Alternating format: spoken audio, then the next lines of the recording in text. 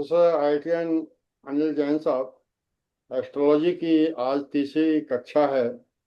इसमें आप जो हम लोगों को समय दे रहे हैं एस्ट्रोलॉजी के स्टूडेंट्स को, उसके लिए आपको बहुत बहुत साधुवाद। हमारे मित्र राजेश ओबराय साहब जो हमारे सहपाठी हैं, उन्होंने भी वादा किया है कि आपका जो हर ट्यूटोरियल, जो हर क्लास जो रिकॉर्ड की जाएगी यूट्यूब में, उसके डिस्क्रिप्शन में वो बहुत ही सरल टेक्स्ट में, संक्षेप में कुछ इस तरह से लिखेंगे ताकि आपके कार्यक्रम जब सब खत्म हो जाएंगे तो एक ई बुक भी पब्लिश की जा सके इस संबंध में। तो सर, मैं चाहूंगा कि आप अपना आज का व्याख्यान सर चालू करें। Sir, over to you. धन्यवाद सुधीर जी। और आपका जो एक ये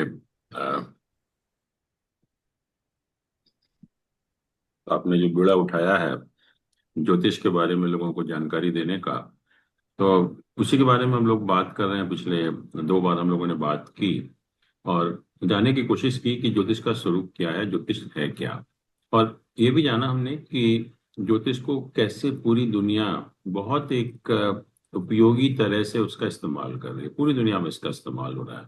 बट दुर्भाग्य हमारा यही है कि नोबडी नोज कि ये जो यूज हम हो रहा है एस्ट्रोलॉजी का इस्तेमाल हो रहा है। और तीसरा हमारी कोशिश ये है कि ये ज्ञान हमारे लिए इतना इम्पोर्टेंट है।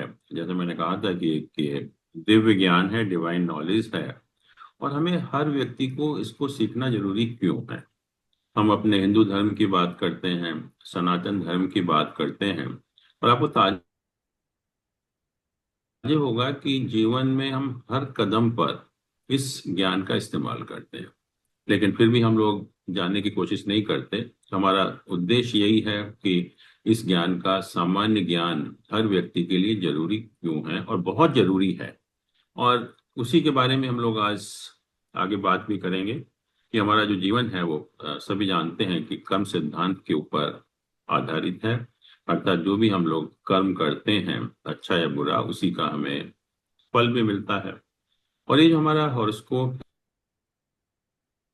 है, जो बर्थ के टाइम बनता है या जो जन्म पत्री हम जिसको कहते हैं, हमारे पिछले जन्म तक के कर्मों का लेखा जोखा है कि हमने किस टाइप के कर्म किए और उससे क्या एक्सपेक्टेड है, किस टाइप के फल मिलने की संभावना है। और ज्योतिष के बारे में लोगों के बहुत मिसकंसेप्शंस हैं, मिथ हैं, और उनको भी क्लैरिफाई करना बहुत जरूरी है। क्योंकि अक्सर लोग कहते हैं कि जब भाग्य हमारा फिक्स्ड हो गया तो ज्योतिष तो हमारा पूरी तरह से हमें भाग्यवादी बना देगा, फिर हम कर्म क्यों करेंगे जो है। ऐसा नहीं है बिल्कुल भी। जो भी हमारे पोजीशन होती है हमारे हॉरोस्कोप में, प्लैनेट की पोजीशन, वो सिर्फ ये इंडिकेट करती है कि आपके साथ क्या होने की संभावना है, और बाकी सब कुछ आपके हाथ में है। जैसे अगर मैं एक उदाहरण दूं कि जब हमें बुखार होता है तो हम थर्मामीटर से मेजर करते हैं, और थर्मामीटर ने कहा कि 104 फीवर है, तो हम क्या थर्मामीटर को दोष देते हैं? थर्मामीटर ने तो बहुत अच्छा काम किया कि आपको आगाह किया कि आपका फीवर है, और फीवर जो है इस लेवल का है। Now it all depends on you कि आपको क्या करना है। आप बैठ जाइए या उसका इलाज कराइए, कोई उपाय करिए, कोई रेमेडी करिए, आप ठीक हो जाइए उससे जो है। तो एग्जैक्टली वही पोजीशन हमारे हॉरोस्कोप में प्लैनेट की, वो सिर्फ आपको आगाह करते हैं कि आपके साथ क्या होने की संभावना, आपका मार्गदर्शन करते हैं। और जैसे मैं कहूँ कि अगर प्लैनेट ने बताया कि आपको पता लगा कि सामने गड्ढा है, तो ये तो बता दिया प्लैनेट ने गड्ढा है, और फिर ईश्वर ने आपको फ्री विल दी है कि आप उसमें कूद भी सकते हैं या अपने आप को बचा भी सकते हैं इधर उधर से जाकर जो है। तो ये फ्री विल होता है। तो ये जानकर कि आगे क्या प्रॉब्लम है, क्या होने की संभावना है, हम अपने जीवन को पूरी तरह से चेंज कर सकते हैं। और इसी को हम लोग सेल्फ मैनेजमेंट कहते हैं। क्योंकि हर व्यक्ति, हम में से जितने भी लोग हैं, सबका जो पोटेंशियल है वो अनलिमिटेड है। अपार हम लोगों की क्षमता है सबकी जो है।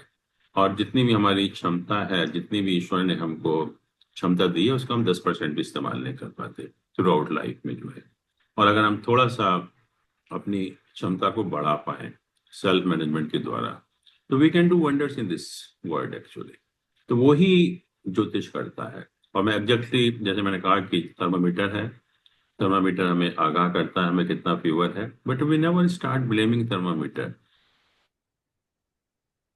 कि थर्मामीटर की वजह से हमें बुखार हुआ। थर्मामीटर ने बुखार नहीं किया, थर्मामीटर ने आपको सिर्फ बताया। तो ऐसे ही प्लैनेट आपको बताते हैं कि आपके साथ क्या होने की संभावना है, और उसको जानकर हम अपने जीवन को पूरी तरह से चेंज कर सकते हैं। अपने जीवन को बढ़ाकर अपनी एफिशिएंसी है, अपनी प्रोडक्टिविटी है, उसको हम एक्सपोनेंशियल इंक्रीज कर सकते हैं। और ये ज्ञान सिर्फ ज्योतिष ही दे सकता है आपको। दुनिया में कोई ऐसी विद्या नहीं है, कोई ऐसा ज्ञान नहीं है जो आपको बता सके जन्म के समय कि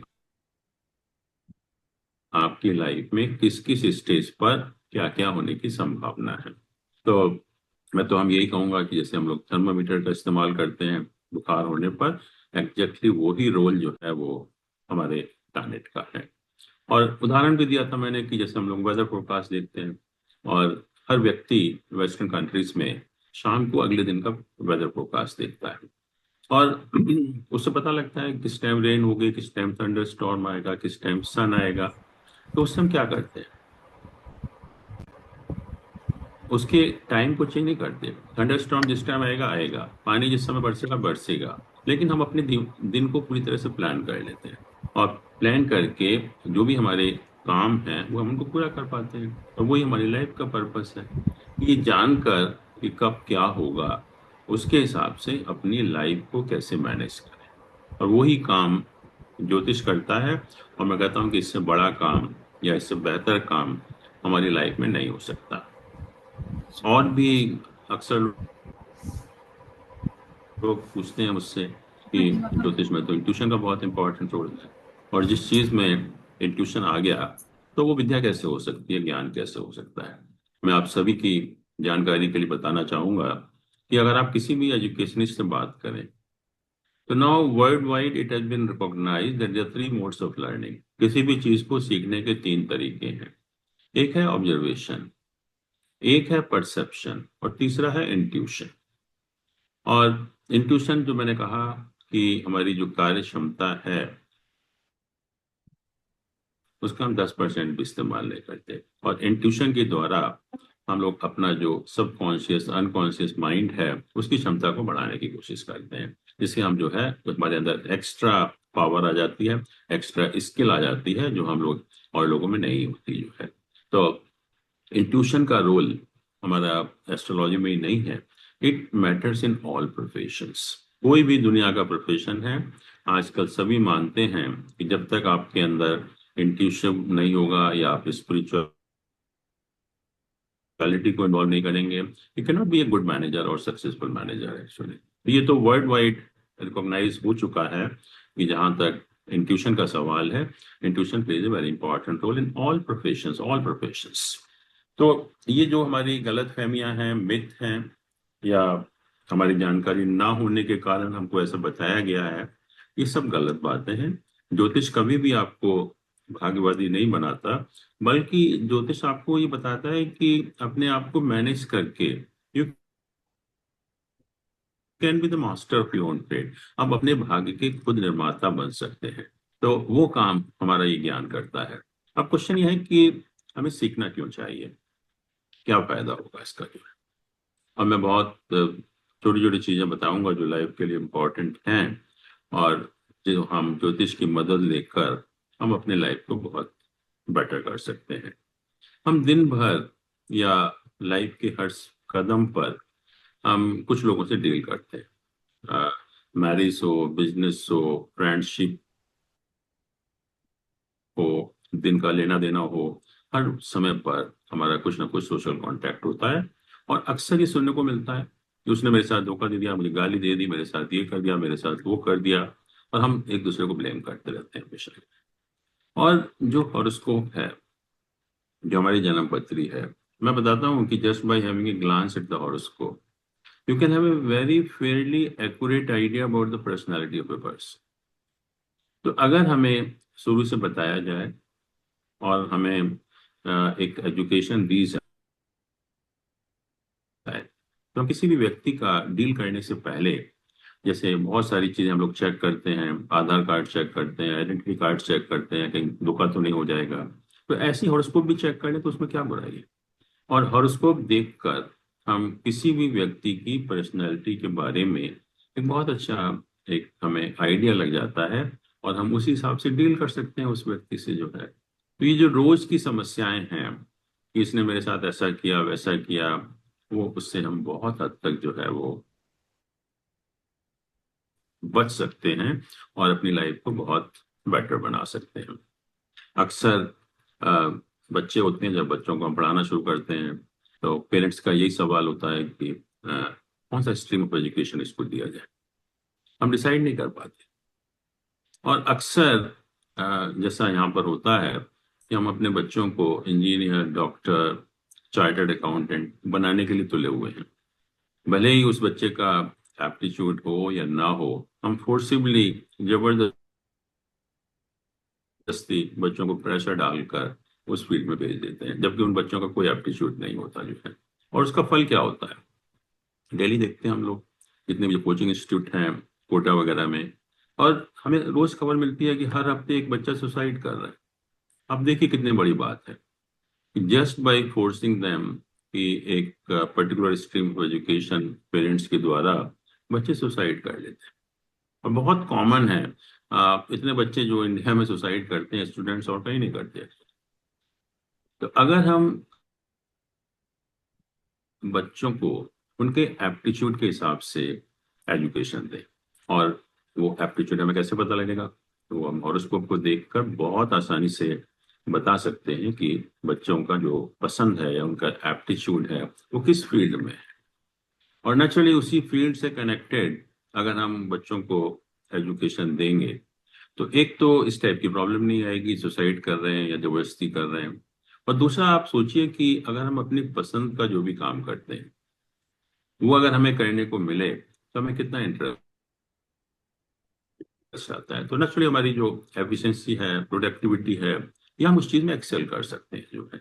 तो इन सारी समस्याओं से एक तो बचेंगे, जबरदस्ती इंजीनियर डॉक्टर नहीं बनेंगे। और दूसरा, कोई भी फील्ड हो, आपका एक्टिंग है, फोटोग्राफी है, कोई भी फील्ड हो, मतलब उसमें अगर आपका एप्टीट्यूड है और उसमें अगर आप एक्सेल करते हैं तो you can B wonderful person. फिर कोई जरूरी नहीं है कि इंजीनियर बनने से ही ज्यादा आपको फायदा होने वाला है।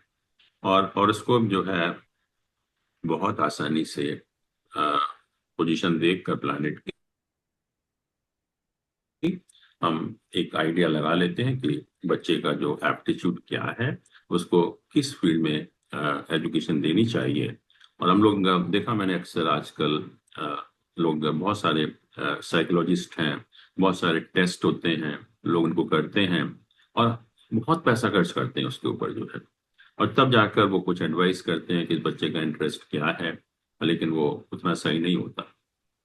और एस्ट्रोलॉजी जो एक ज्ञान है कि हम हॉरोस्कोप को देखकर बहुत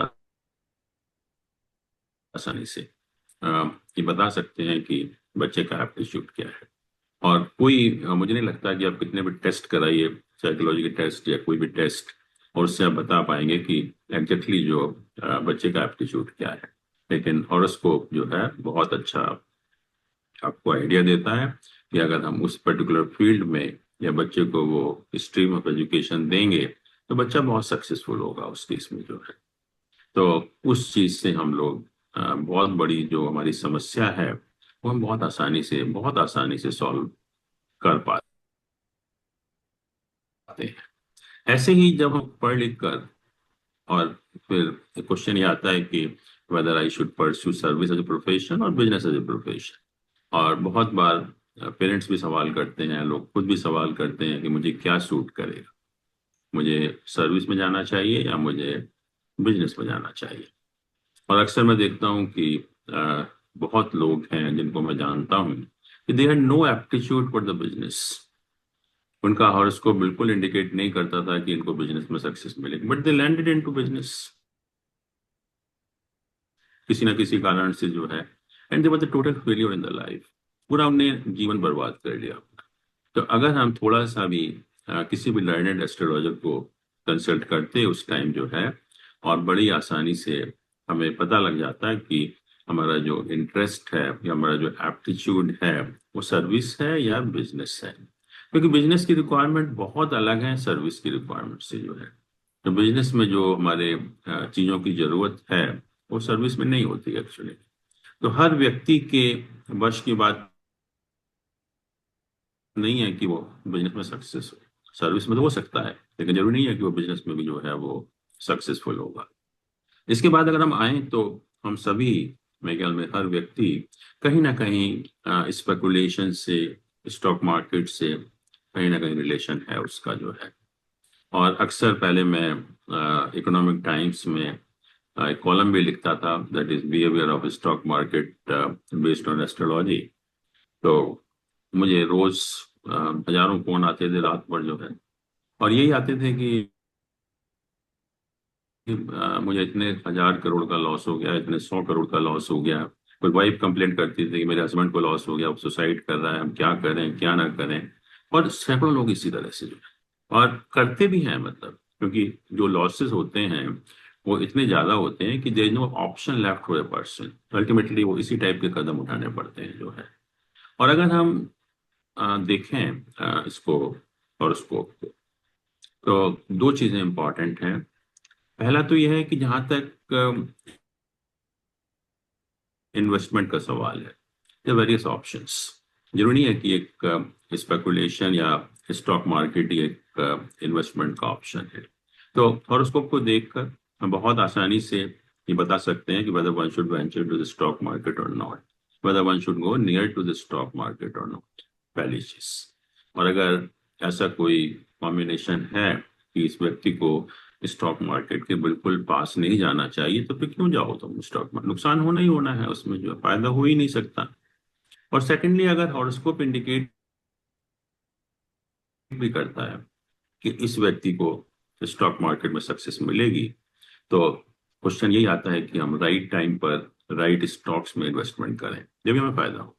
अगर हम गलत टाइम में गलत स्टॉक्स में इन्वेस्टमेंट करेंगे तो उसको लॉस भी हो सकता है। तो हमें बहुत अच्छा एक गाइडेंस मिलता है हॉरोस्कोप की मदद से कि पहले तो हमारे पास राइट टाइम कौन सा है, कौन सा समय है जिसमें हम इन्वेस्टमेंट करें, पहली चीज। और दूसरा, किस स्टॉक्स में इन्वेस्टमेंट करें, किस स्टॉक में इन्वेस्टमेंट करें। और इन दोनों को हमारा अगर मार्गदर्शन मिल जाएगा तो हम लोग अर्न कर सकते हैं स्टॉक मार्केट में। और मैं कहूंगा कि स्टॉक मार्केट ही नहीं, और उसको आपको बता सकता है कि आपको इन्वेस्टमेंट किस फील्ड में करना है। मे भी किसी को रियल एस्टेट में इन्वेस्टमेंट करने से फायदा होता है, किसी को गोल्ड में इन्वेस्टमेंट करने से फायदा, किसी को सिल्वर में इन्वेस्टमेंट करने से फायदा, या और किसी जो भी हमारे ऑप्शंस अवेलेबल हैं कि किस में हम इन्वेस्टमेंट करें जिससे हमारा सबसे ज्यादा फायदा हो। तो हम जो भी हमारे लाइफ की जो हम फंस जाते हैं इतनी डिफिकल्ट प्रॉब्लम में, उससे हम काफी हद तक जो है वो बच सकते हैं। उसके अलावा जो मैरिज है, शादी है, वो हमारी लाइफ का बहुत एक इम्पॉर्टेंट एस्पेक्ट है। हमारी पूरी लाइफ जो है वो हमारी मैरिटल हैप्पीनेस या मैरिटल सक्सेस के ऊपर डिपेंड करती है। और अक्सर बात भी होती है कि हम लोग हॉरोस्कोप मैचिंग की बात करते हैं कि जो भी है, मतलब मैं देखता हूँ कि लोअर लेवल हो, हायर लेवल हो, किसी भी स्टेटस का व्यक्ति हो, वो हॉरोस्कोप मैचिंग की बात करता ही है। और हमें ज्ञान नहीं है, क्योंकि जनरल पब्लिक को भी ज्ञान नहीं है, तो अक्सर उनको बताया जाता है कि guna milan is a matching of horoscope. और हम लोग एस्ट्रोलॉजर के पास जाते हैं, जो भी हमारे सो कॉल्ड एस्ट्रोलॉजर हैं, और वो आपको बड़े आसानी से, एक बच्चा भी अपने पंचांग में देखकर बता देगा दोनों के हॉरोस्कोप से कि कितने गुण मिल रहे हैं out of 36। And we feel so happy. इतने लोग आते हैं कि अब हमने जो शादी की थी, 36 में से 36 गुण मिल रहे थे। एंड जब मुझे डिवोर्स ही नहीं मानते, तो कैसी आपकी एस्ट्रोलॉजी है, क्या ऐसे एस्ट्रोलॉजर हैं आपके जो इस तरह की गलत एडवाइस करते हैं। और कई लोग हैं कि उनके 10 गुण भी नहीं मिल रहे out of 36, and they are living so happily. तो ये सब क्या है? जैसे मैंने कहा कि इंडिया में अभी भी 95% शादियां इसी बेसिस पर होती हैं कि कितने गुण मिल रहे हैं। और लोग जाने की आवश्यकता भी नहीं समझते एस्ट्रोलॉजर के पास। सबके पास सॉफ्टवेयर है, इंटरनेट में सॉफ्टवेयर अवेलेबल है। दोनों का डेट ऑफ बर्थ डाला और वहां से पॉइंट आ जाते हैं कितने गुण मिल रहे हैं, और उसके बेसिस पर हम लोग अपने आप ही डिसाइड कर लेते हैं। तो पहली चीज मैं ये बताना चाहूंगा कि इसके क्योंकि लाइफ का हमारा इतना इम्पोर्टेंट एस्पेक्ट है, और हम बिना इसके ज्ञान के, बिना हम लोग गलत, बिना मतलब या सही एडवाइस लिए हुए हम लोग अच्छे अच्छे जो अलायंस होते हैं मैरिज के, उनको छोड़ देते हैं, और कहीं ना कहीं हम लोग गलत चक्करों में पड़ जाते हैं। क्योंकि ज्योतिष ने या एस्ट्रोलॉजी ने कभी नहीं कहा कि गुण मिलाने की मैचिंग ऑफ आप कोई भी ज्योतिष शास्त्र पढ़ेंगे तो उसमें एक डिटेल्ड प्रोसीजर बताया गया कि जब शादी की बात होगी या मैचिंग ऑफ हॉरोस्कोप की बात होगी तो हमें मैचिंग कैसे करना है। And it's a detailed procedure which can be done only by A learned astrologer, जिसको पूरी तरह से उसका ज्ञान साधारण व्यक्ति कर भी नहीं सकता। और उसमें भी जो गुण मिलान की बात की थी, वो भी जब पुरानी सोसाइटी थी हमारी, उसमें हम लास्ट में कंसिडर करते थे। पहले बहुत सारी चीजें थी, जैसे हम लोग सबसे इम्पोर्टेंट था कि लॉन्गेविटी देखते थे बॉय एंड गर्ल की। उसके बाद हम लोग मेंटल और साइकोलॉजिकल हेल्थ की मैचिंग करते थे। और फिर हम लोग ये देखते थे कि whether this two persons can stay together और नॉट, कोई सेपरेशन डिवोर्स तो नहीं होगा, या और ऐसी प्रॉब्लम तो नहीं होगी जो है। और जब व्हेन वी गेट एश्योर्ड कि this two persons can stay together and they are compatible in respect of mental and psychological health and also in terms of longevity, फिर हम लोग ये गुण मिलान की बात करते थे और मांगलिक दोष की बात करते थे। और ये जो गुण मिलान था, और पुरानी जो सोसाइटी थी जब ये गुण मिलान का कंसेप्ट बना था, that was basically a male dominated society. और पर्पस क्या होता था उसमें? पर्पस यही होता था कि female should not have any in the family matters. और फीमेल के पास कोई ऑप्शन भी नहीं था, क्योंकि most of the females were financial dependent on the male actually. तो कोई ऑप्शन भी नहीं था, और कोई चाहता भी नहीं था कि मेल डोमिनेशन होने की वजह से उनका कोई रोल हो हमारी फैमिली में, जो है कोई इंटरफेरेंस हो। लेकिन आज जो है वो पूरी की पूरी सोसाइटी चेंज हो गई है। We don't talk of male domination, we talk of equality. और दूसरा सबसे बड़ा कारण क्या है कि now most of the females are financially independent also. तो अब उनके पास बहुत सारे ऑप्शंस हैं। अब जरूरी नहीं है कि आप उनको उस पॉइंट ऑफ व्यू से देखें कि they should not have any interference in the family matters. अब तो उल्टा हो गया पूरा का पूरा। जो है कहने का अर्थ यह है कि आज की सोसाइटी जो है वो पूरी तरह से चेंज हो गई। और जो हमारे नियम थे या जो प्रिंसिपल बनाए गए थे, जिस सोसाइटी के लिए बनाए गए थे, वो सोसाइटी आज है ही नहीं।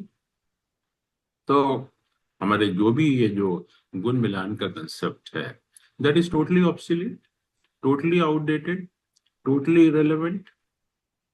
और फिर भी हम उसी को यूज किए जा रहे हैं, और हमने मान लिया कि गुण मिलान ही जो है मैचिंग ऑफ हॉरोस्कोप है।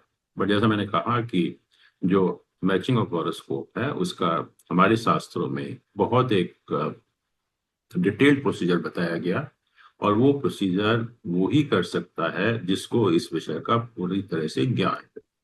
कोई पंचांग से देखकर, गुण मिलान देखकर शादी नहीं कर सकते हम लोग, तो टोटली गलत है। और उसी की वजह से प्रॉब्लम भी, जितने भी प्रॉब्लम हो रही। तो अगर हम थोड़ा सा भी, अगर हमें ज्ञान होगा इस विषय के बारे में, कॉमन नॉलेज होगी, तो हम इन चक्करों में नहीं पड़ेंगे। जो है हम अपने डिसीजन जो है प्रूडेंटली ले सकते हैं। कोई हमें गलत एडवाइस नहीं करेगा, जो हमें किया जा रहा है आजकल जो है। और दुर्भाग्य है हमारा कि अभी भी, जैसे मैंने कहा कि 95% शादियां सिर्फ गुण मिलान के बेसिस पर हो रही है, क्योंकि लोगों को नॉलेज नहीं है, लोगों को अवेयरनेस नहीं है बिल्कुल भी जो है। तो हमारा जो इस प्रोग्राम का उद्देश्य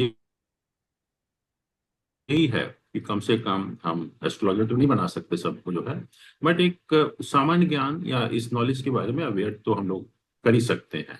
और अक्सर हमारी वेलबींग की बात होती है, तो हम लोगों ने इसको फैशन में भी इन्वॉल्व करने की कोशिश की। हमें कपड़े कैसे पहनने चाहिए, किस कलर के हों, किस टेक्सचर के हों। और हम लोग खास तौर से फीमेल्स ज्वेलरी का इस्तेमाल करते हैं बॉडी के पार्ट में जो है, तो कौन से बॉडी के पार्ट में कौन सा ज्वेल पहने, कौन सा मेटल पहने, और उसी को करके या हम अपने जो डेली का हमारा जो फैशन है उसमें इन्वॉल्व करके आप देखेंगे कि हम पूरी तरह से लाइफ को चेंज कर सकते हैं। पहली चीज, हमारी जो लाइफ की वेलबींग है बहुत अच्छी रहेगी। दूसरा, हमारे जो हेल्थ प्रॉब्लम्स वगैरह होते हैं उनको हम काफी हद तक कंट्रोल कर सकते हैं, और लाइफ को हम बहुत ज्यादा बेटर भी बना सकते हैं।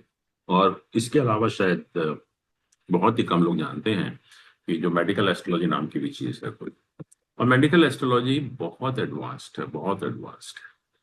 आप ये सोचिए कि जन्म के समय अगर हमें कोई बता दे कि हमारे किस वर्ष में बॉडी के किस पार्ट में कितनी सीरियस प्रॉब्लम होने वाली है, कोई मेडिकल साइंस, कोई दुनिया में ऐसा ज्ञान नहीं है कि जन्म के समय आपको आगाह कर दे कि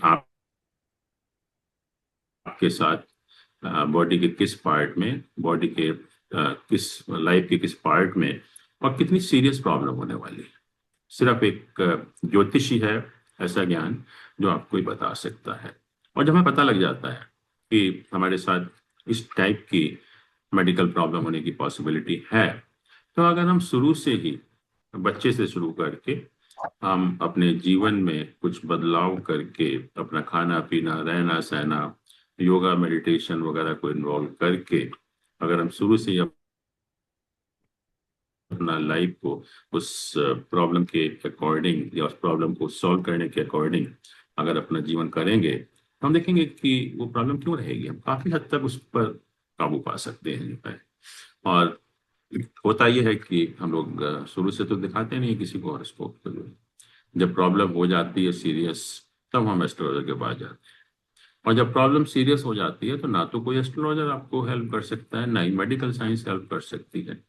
एस्ट्रोलॉजी का फायदा यही है कि आपको बचपन के समय पता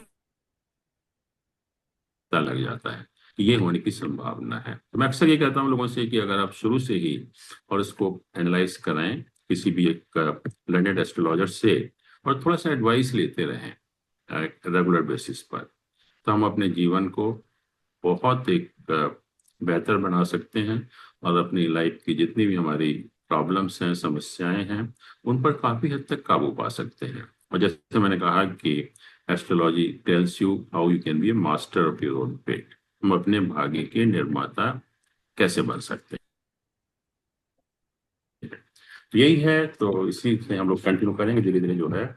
और क्या है ज्योतिष, जिससे कि सब लोग इसके बारे में अवेयर हो। Thank you so much. Thank you very much professor Jain साहब।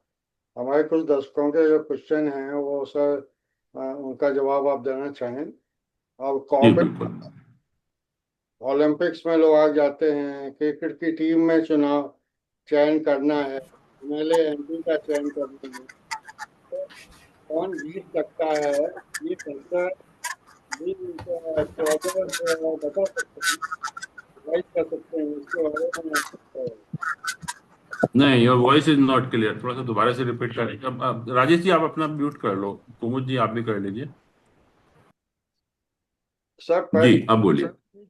सर प्रश्न ये है कि सिर्फ शादी का मामला ही नहीं है, बिजनेस और जॉब सर्विस का मामला ही नहीं है, ये जी कॉर्पोरेट जगत में जो प्लेसमेंट करना है, क्रिकेट की टीम जी का चयन करना चाहिए क्योंकि 20 विकल्प उपलब्ध हैं, 11 की टीम की चुनाव करना है। इसी तरह से जो हम्म। एमएलए के जब इलेक्शन होते हैं तो उसमें भी पार्टीज एस्ट्रोलॉजर को क्या यूज करती हैं सर क्या? करती हैं बिल्कुल, आपने बिल्कुल सही कहा। और मैं तो I can give you the live example which are the as far as I experience them. अभी भी जितने भी कॉर्पोरेट हाउसेस हैं इंडिया में, और काफी ने जब सीनियर लेवल पर जब अपॉइंटमेंट करते हैं तो they consult astrologer. It's very common now this, बहुत कॉमन हो गया है ये। और जैसे मैंने कहा कि इंट्यूशन है, तो जितने भी सीनियर एग्जेक्टिव्स हैं they are sent for meditation once in year, कि आप जाओ 10 दिन के लिए छुट्टी है आपकी, आप जाके मेडिटेशन करिए, अपने इंट्यूशन को बढ़ाइए, इंट्यूटिव पावर को बढ़ाइए जो है। तो ये एस्ट्रोलॉजी का इस्तेमाल हो रहा है सब जगह जो है। और अगर हम यही जो आपने बहुत अच्छा प्रश्न किया, कि अगर हम सब जगह, अब मेडिकल डॉक्टर होता है ना, या बहुत सारे एडवाइजर्स होते हैं, तो उस कमेटी में एक एस्ट्रोलॉजर को भी रख दें तो क्या नुकसान है। और विद्या कोई बाहर से तो आई नहीं है, ये विद्या हमारे देश की है, वेदों से हमें प्राप्त हुई है। हम सब सनातन धर्म को मानने वाले हैं, हमारा ही ज्ञान है ये। और उसको यूटिलाइज करने में पता नहीं क्यों शर्म आती है लोगों को। तो आपका ये प्रश्न बहुत अच्छा है, और ये होना भी चाहिए कि जो आपने कहा कि इवन अगर हम स्पोर्ट्स के लिए कैंडिडेट सेलेक्ट करते हैं, इवन अगर हम पॉलिटिक्स के लिए कैंडिडेट सेलेक्ट करते हैं, तो डेफिनेटली एक एस्ट्रोलॉजर को भी इन्वॉल्व करना चाहिए उसमें। हमारे व्यूअर्स कुछ प्रश्न पूछना चाहते हैं तो session is open for them sir. अब अपना ऑडियो म्यूट कर अनम्यूट करिए पहले। हाँ सॉरी। जैन साहब प्लीज, नमस्कार। हाँ। हाँ, मैं बोलिए। के मेहरोत्रा बोल रहा हूँ। जैसे आपने अभी बताया, तो मैं ये पूछना चाहता हूँ कि आज से 15-20 साल पहले जब किसी जॉब के लिए हम लोग इंटरव्यू देने जाते रहे, तो वहां पे टेक्निकल टीम के अलावा एक साइकोलॉजिस्ट बैठा रहता रहा, who correct. reads our mind while we were interviewed and things like that, to correct. understand our psychology or mind को, and whatever the input he gives to the chairman of the interview committee, I don't know. But क्या ऐसा selection कहीं करिए। है कि एक astrologer को भी लोग रखते हैं जो कि उनका सीवी देख के, डेट ऑफ बर्थ देख के ही कैन से कि whether this particular candidate is useful to my company और नॉट? ऐसा ऑर्गेनाइजेशन कहीं में होता है?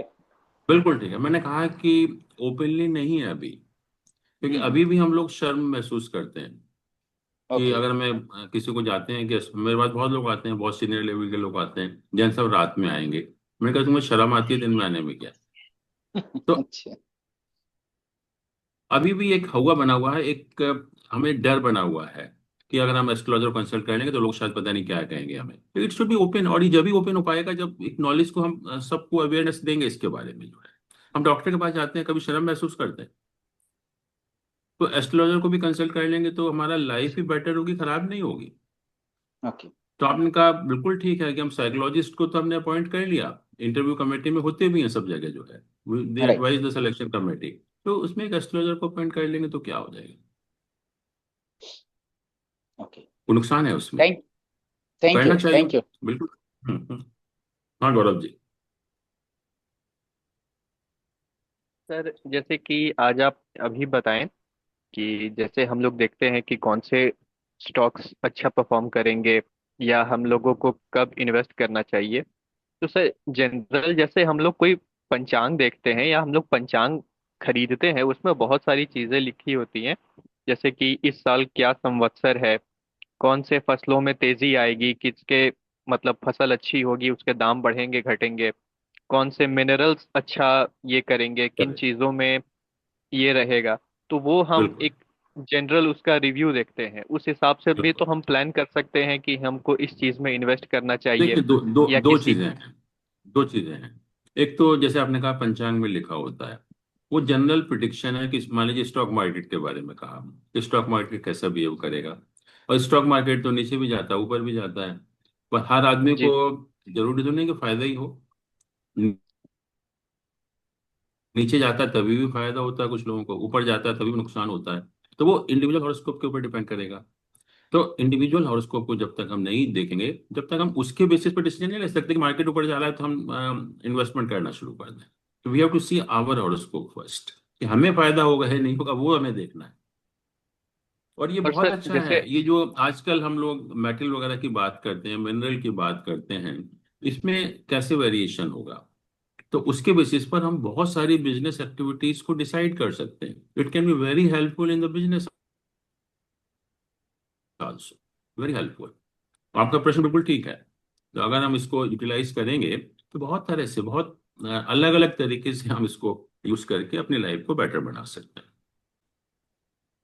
सर इसमें से जो आप बोले कि जैसे हम लोग को अपना भी इंडिविजुअल हॉरोस्कोप देखना चाहिए, तो सर एक हम्म। टूल हम लोग यूज करते हैं सर्वतोभद्र चक्र कि सर्वतोभद्र चक्र, या हाँ, उसका इस्तेमाल करके अगर हम लोग अपना कुंडली देखें और उसको पंचांग के साथ कोरिलेट करें तो बहुत हद तक एक बहुत अच्छा और डिटेल्ड हमको रिव्यू मिल जाता है फैक्ट। कि बिल्कुल बिल्कुल, बिल्कुल ठीक कहा किन आपने। चीजों पे हमको काम करना चाहिए या किन चीजों से हमको बचना चाहिए उस समय।